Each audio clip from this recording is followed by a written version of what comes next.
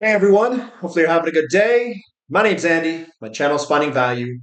Today we're going to go through Twitter, see what people are sharing on social media. I'll interject my financial opinions as we go through it together, generally related to three different topics: wealth building, commodities, and or financial topics. So let's dive right in, take a look, see what's going on today. If you want to follow me at @Finance, and if you want to join our community, finding-value.com, where I dive deeper into all these sectors, looking for investment opportunities, sharing them with everybody in the community, and then um, getting into it with the Q&A sessions on the weekend and doing midweek updates to get you guys the information that you need, in my opinions. You can join using special as the coupon code. It gives you a 50% discount on the first month only. It ends up being $25 for that first month, and a $100 discount on the yearly membership, which ends up being $500 for the entire year. So starting with this guy's name that I cannot pronounce, it says carefully consider the price to earnings ratio. If the stock is grossly overpriced, even if everything else goes right, you won't make any money. I've seen it happen over and over again. People buy a terrific company at 60 or 70 times earnings, and 5 years later, the earnings have doubled, but the stock is still selling for 60 times earnings, and they've made nothing. Meanwhile, somebody else who bought a so-so company at 6 times earnings, then earnings doubled, the PE ratio went to 12, and they made 400%. The cheaper you buy a stock relative to its earnings, the higher your potential return, says Peter Lynch. Um, Here are some things that I do. I look for companies that might have a little bit of debt, enough where people get scared.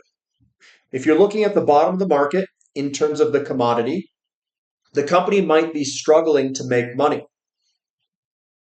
and it gets sold off to pennies on the dollar. So their earnings, like on a price to earnings ratio, could go all the way down to just single digit, like very low single digits, 2, 3, 4 times earnings. Their price to book, it could be 0.15 to 0.25, something on the lines of that.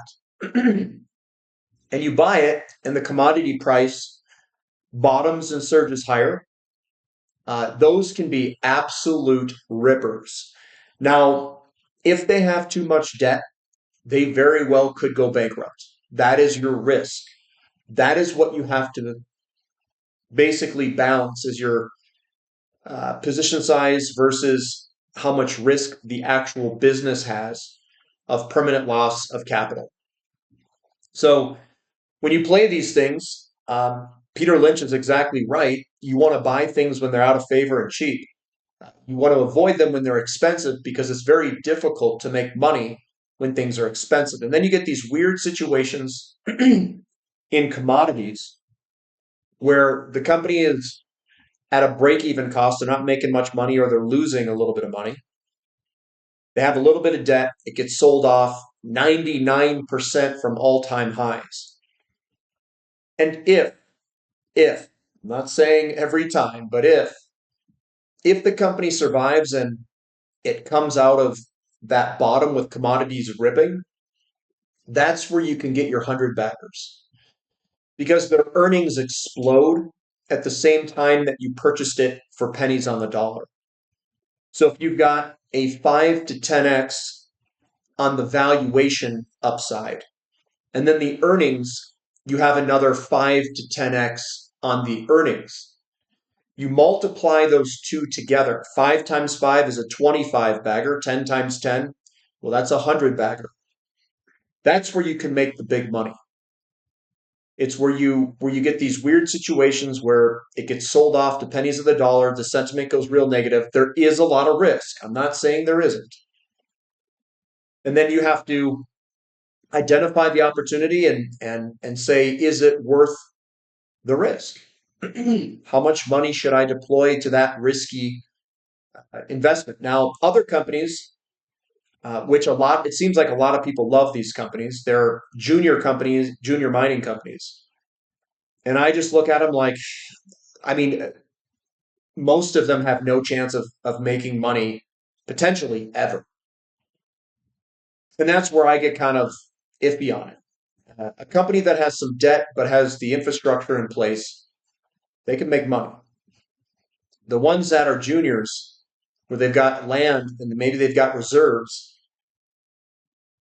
depending on how good those reserves are, depending on the price of the commodity, some of those are going to be, they'll go up, but they're going to come crashing back down. And really, they just move based off money flows.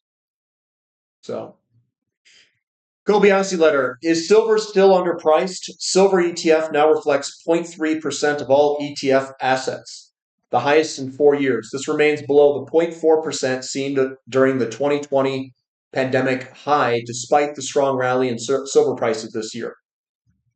By comparison, the 2011 peak was nearly 1.8% or 4 times higher than the current level. Back then, silver prices surged 180% in 8 months, far exceeding the 60% increase over the last 8 months.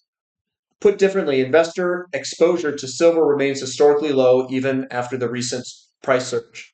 We may still be early. We had the big move. We came all the way down. We've got the big double bottom here. I think that this is the double bottom, 1, 2, and then this is chopping sideways here. And we're waiting for interest rates to steal the show from bonds, which that has already started. And then the next one is stocks. But yeah, we're starting to head higher. This was in a declining interest rate environment back here. I think we blow 1.8% out of the water. That's what I think. So having a healthy allocation to silver, the physical metal and the miners, I think it's a good thing. That's what I would do. You can price silver against a bunch of different asset classes, and it's pretty cheap. It's not the cheapest, but it is pretty close. The cheapest, in my opinion, is probably platinum. Nat gas and oil are very, very cheap. Coal is incredibly cheap too, and iron ore. There's a whole bunch that are cheaper than silver. That are cheaper than silver. Peter Spina says silver juniors are about to make Bitcoin look like a utility stock. Well, I hope so. I'm in silver, and I'm in the silver juniors. I don't really care about this comparison. I would never be in Bitcoin. I don't believe in it. I just don't.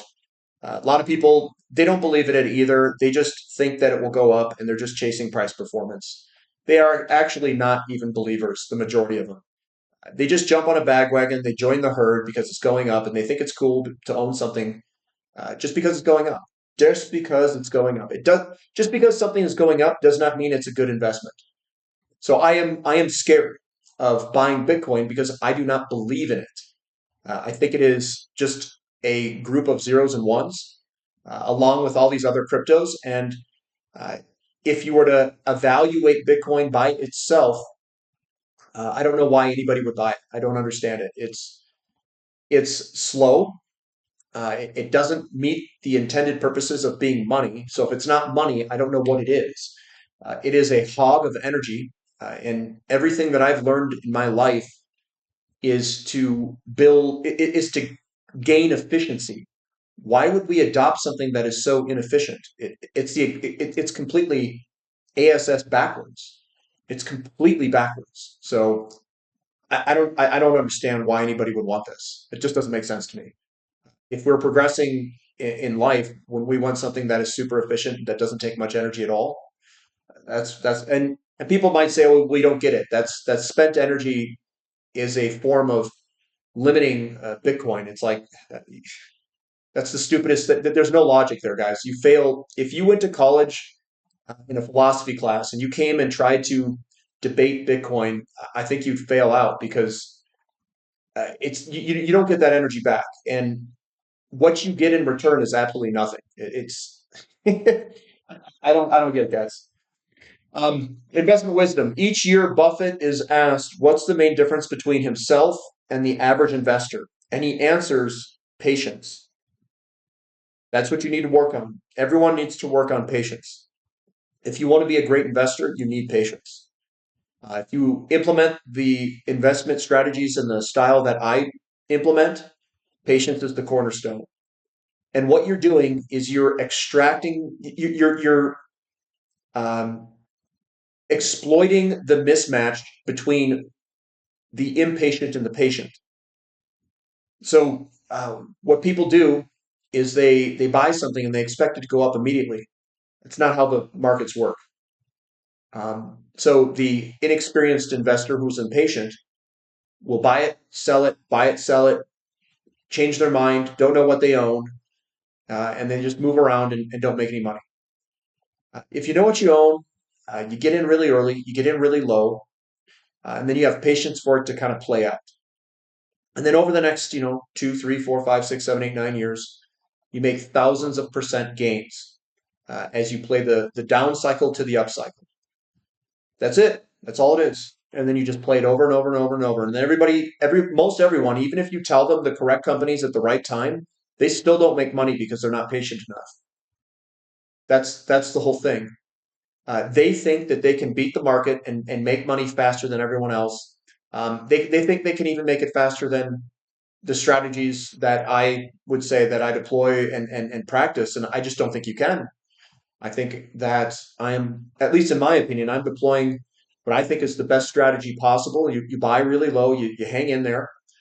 You won't be 100% successful in all your picks. And then a lot of people say, well, what happens? Well, how do you handle your losers? You don't need to. You don't need to handle your losers because your winners win so big that your losers do not matter. And if you're patient enough, maybe those losers turn into big winners.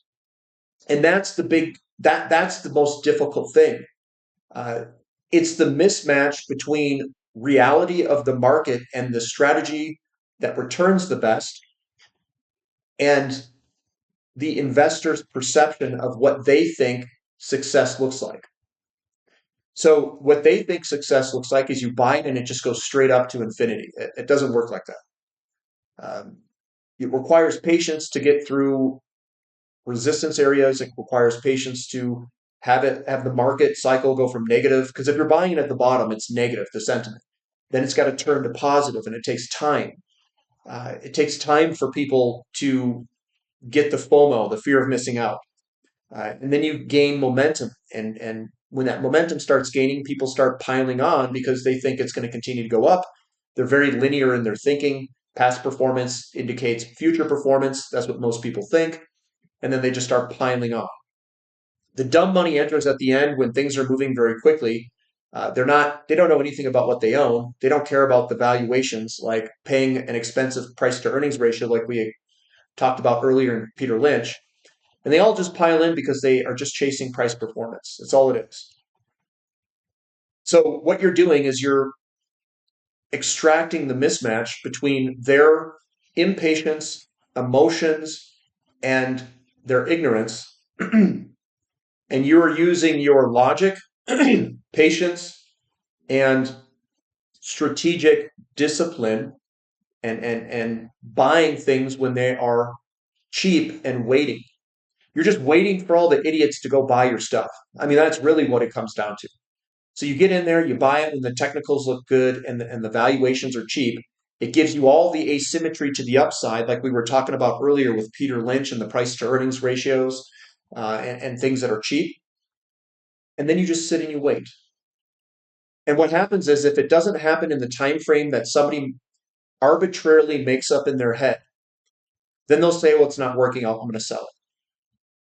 You could hand most people the best companies ever, ever, the best companies in the market. You could say, this is the best time to buy this company, and this is the company that you should buy. And I'm going to tell you, most people wouldn't hold long enough to experience the full return. You could put them here. Let's go in here. You could put them in NVIDIA back in 2009 when we were in the bottoming portion of the market. You could tell them this is the best time to buy a company in 2008 and 9 of NVIDIA at split adjusted 18 cents. They would ride this up, they would ride this down, and I'm willing to bet that they couldn't make it up here. I guarantee it. I guarantee 90 plus percent, maybe 99% or 95% couldn't make it all the way.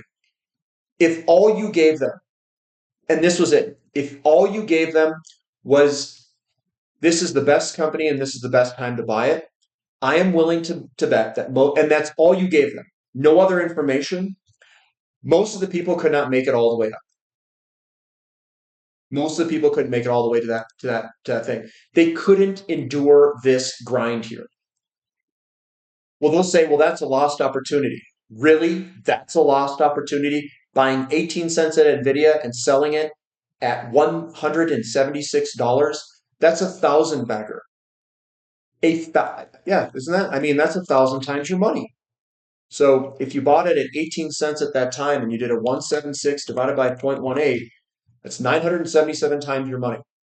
You put $1,000 in there, you made 900, you made basically almost $1 million off $1,000.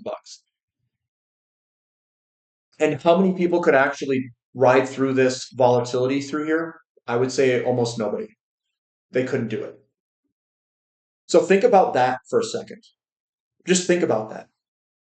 Most people, even if you gave them the best picks, most people are not able to ride it. They couldn't make it. You think after this breakout and then this first pullback, you think anybody would hold on? Hardly anybody would. They get so scared out of this thing.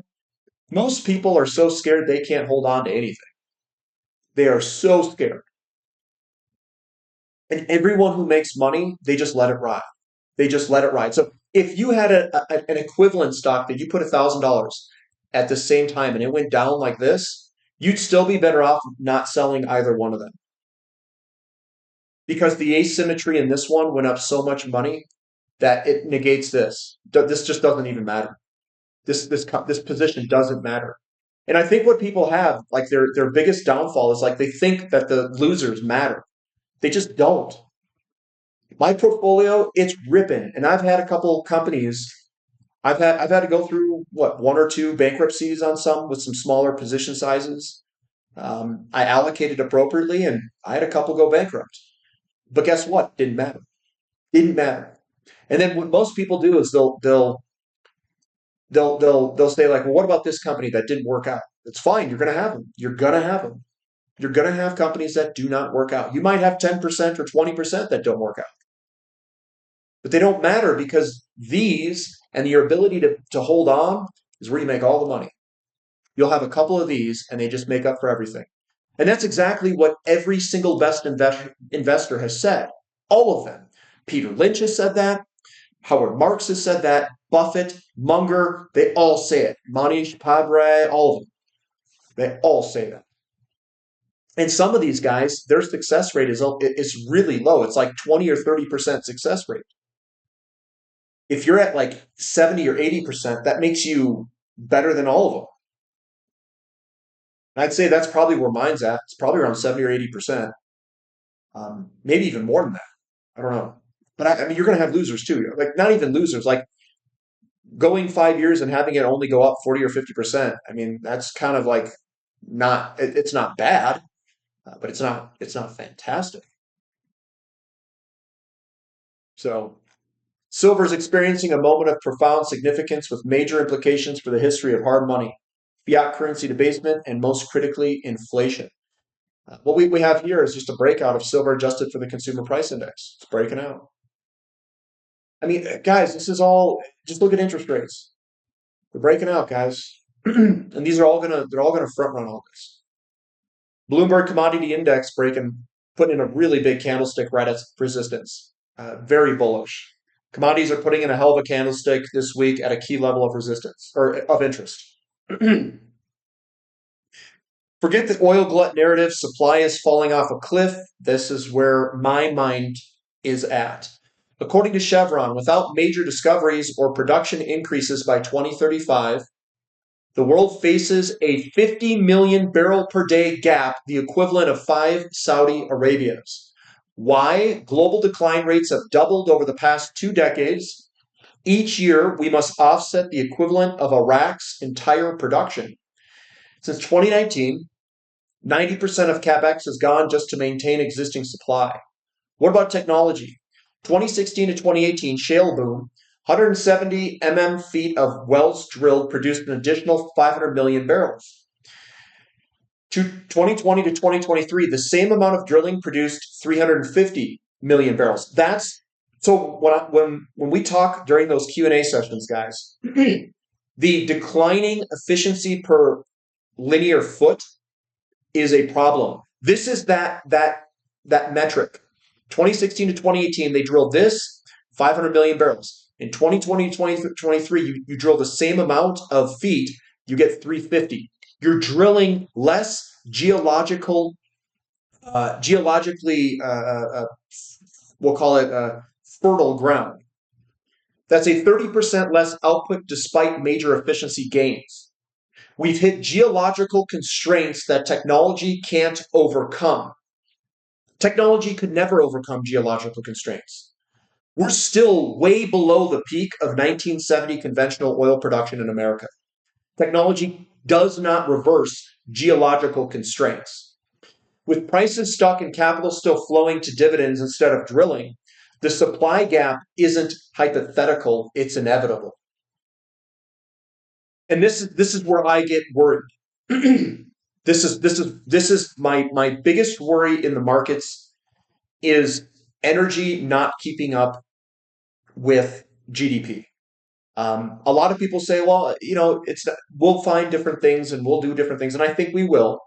I just worry that the life that is behind us will not look like the life that is in front of us. And other people will say that there's going to be inventions and technology that fills these gaps, and I am not 100% sure on that. That's where my doubt lies. If that is coming, that 50 million barrel per day gap, I don't think we're going to find more oil, like massive deposits. I don't think we're going to find them. I think that we'll find smaller ones, and I think that they'll slow the decline. But I don't think that they'll fill that 50 million barrel per day gap completely. Prices will go up. We'll have recessions. Things will slow down. That'll all happen. The problem is, even if we fill that gap, you're filling it with much lower returns in terms of energy return on investing. So I just look at this and it's in the back of my head, and I look at the world through that lens. And then when I look at it through that lens, it makes me think that the S&P 500 and the NASDAQ are completely mispriced. Because if you get energy constraints in the future at all, which we experienced in 1970 and experienced in 2000, we had shale kind of bail us out for a little bit, and now we're going to experience shale probably having problems here. I don't think our currency systems can survive this, and things get real ugly. And I think that's the situation we've been in since 2008. I think that's the problem. One of the root causes of our financial system and the design of it running into supply constraints of materials. When people figure that out, you're going to see a complete paradigm shift. You're going to see materials and some of the mines and some of the energy investments, they're going to go vertical. The dividends being paid on these investments, I think, are going to be astronomical. And then you're going to see the price to earnings ratios decline massively in the S&P 500, a lot of the current S&P 500 stocks, because in the future, they're all going to be materials and energy that the S&P 500 will morph into, in my opinion. So this is a big deal. It's probably the biggest deal that humans are facing in terms of and this is how I'm going to word it. I don't think that this is a problem. I think it's a predicament where you have to handle outcomes. I don't think there's solutions to it. People will say, well, we'll just all have electric vehicles. No, we're not. There's not enough materials to do it. We don't have enough copper. We don't have enough materials. And we're going to, when you look at some of the periodic element chart, the table there, if you take half the elements away and say you can't use these half because energy is going to constrain mining them, it's like, I mean, you're going to have to go full on graphene. And even if you go full on graphene, we'll see. We'll see what happens.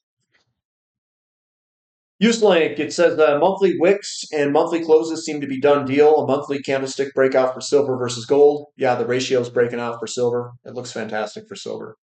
And I think this is a function of this chart here too. I think that silver is a function, or sorry,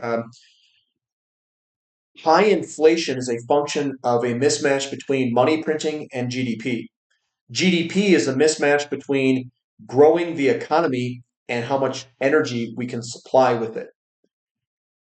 And that mismatch between money supply and oil supply, which is more or less GDP, manifests itself in inflation.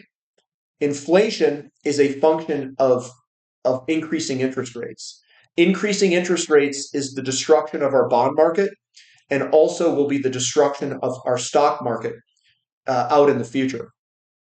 And all of that, of what I just described in that arc of a little thing there, um, is going to drive money into real assets, hard assets. People will also question financial assets in its entirety.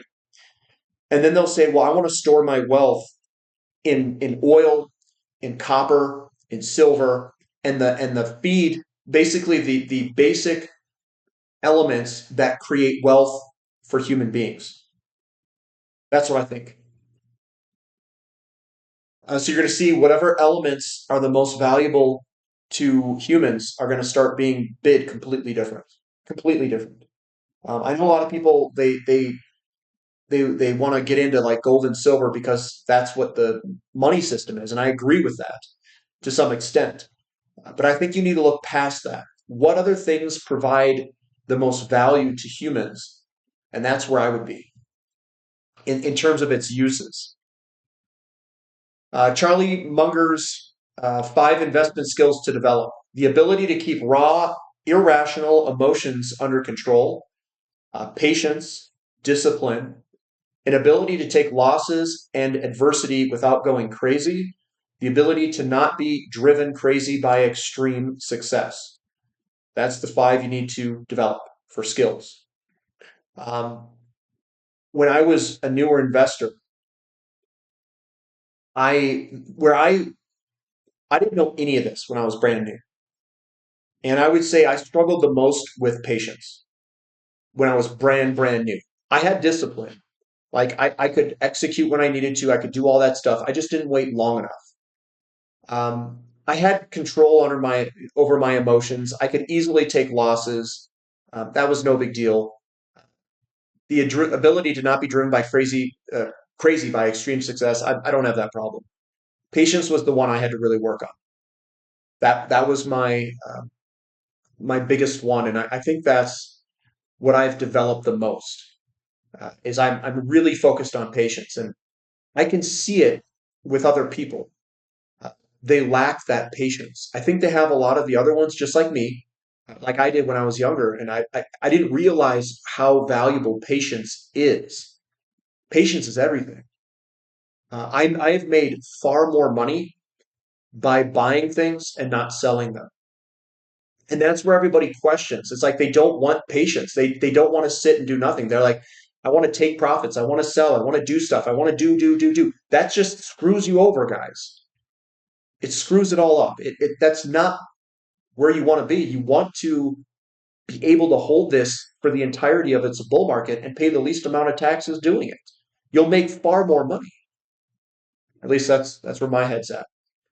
I don't know what $1,400 silver. I was thinking gold. $1,400 silver. That's the real inflation adjusted all time high from 1980. Shadow stats, old CPI calculation were early. 1,400 bucks is the new $50. That's how much our purchasing power of our stinking little dollar has declined. And that also goes back to paying back a mortgage too. The dollar is going to eat it so bad, and you're going to pay it all back with depreciating currency. I love it. I love it. Wow, big if true. Believe it? Says Trump, we may be cutting income tax completely almost completely because of tariff proceeds. I don't know, whatever. I mean, the tariffs, what, we made a couple $100 billion. Um, I'm not sure if that's the case.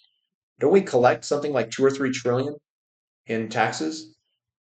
So I'm sure that personal federal income taxes are it's probably pretty high, but hopefully hopefully he cuts it. That would be amazing. I would love that. I would absolutely love that. I mean, absolutely love that. Why? Because then if I don't have to file federal income tax and do all this stupid crap, I would absolutely love that. I mean, love that. Oh man. If you're an even slightly above average investor who spends less than they earn, over a lifetime you cannot help but get rich if you're patient. Yeah, I can agree with that. As long as you're a good investor. That's where I think people need to put a lot of effort. They need to learn how to become a good investor. And your returns just I mean they become ridiculous if you get really, really good. Copper has a very bullish setup, very big picture. Second phase of the commodities bull market is close. Copper has similar blue line setup as gold had before gold broke above its huge blue line $2,100 level and then just took off. Also, that is a 15-year red parabolic base. Yeah, it's ready to rip, and I'm positioned for it. You know, I position all this is, guys. It's like playing chess. You need to be 4, 5, 6, 7, 8, 9, 10 moves ahead of your opponent. You position when everyone else isn't looking, and then you just sit and you wait for all this to break out. That's where you make all the money. What do they say in Margin Call, the movie? You got to be there first. I'm not saying you have to be there first, but you got to be there when the let's say the smartest 1, 2, 3% are accumulating. If you're in that group, yeah, you're going to make a whole bunch of money. The problem is nobody is set up that way from um, their their their biology and the way that humans are brought up in life. They're not naturally set to be patient and ride through volatility and see this stuff because there's a lot of natural instincts that go counter to investing. When you see a loss, you want to push it out of the account or a down day. It impacts you and your emotions and how you feel, and your old your biology of trying to survive and live.